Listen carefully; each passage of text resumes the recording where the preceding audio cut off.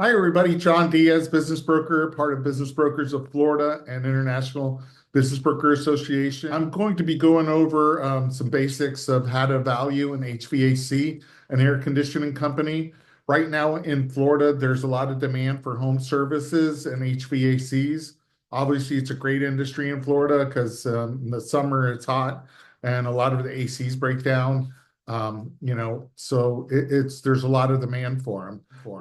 One of the first things we're going to look at is, obviously we need to look at all the financial statements, and we kind of calculate what we call the SDE, discretionary seller's discretionary earnings.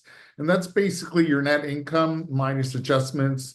We could add into owner salary, one-time expenses, and some other things in there. And we kind of come up based on that. There's a multiple or 2 or 3 times, for example. So if it's a $500,000 building business, it could sell for $1.5 million as an example. But it depends on a lot. What are the gross margins for that business? What are the annual sales?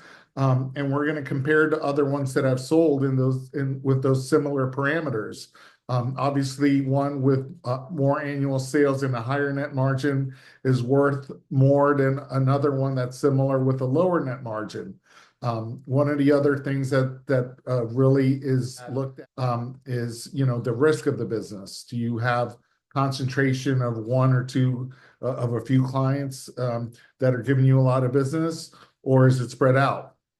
The other thing that will matter is businesses that if you're the owner and you're 100%, the business is all about you, that's a higher risk with a lower multiple. If you have a business where you have managers in place, you can go on vacation for a month and the business runs without you in revenue, that's, lower risk and a higher multiple.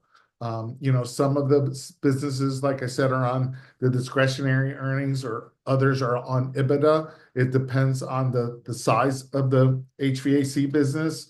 The physical assets and inventory also taken into account. If one business has really old equipment and trucks and different things versus another one who has newer ones, that's looked at.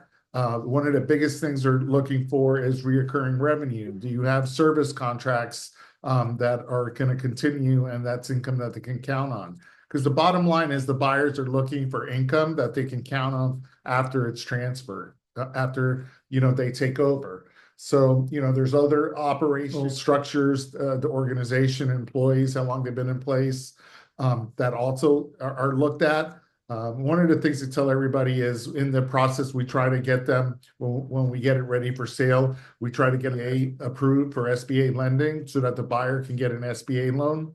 An SBA buyer can come in with 10% down. There's a lot more of those buyers versus, the ones that have to pay 100% cash.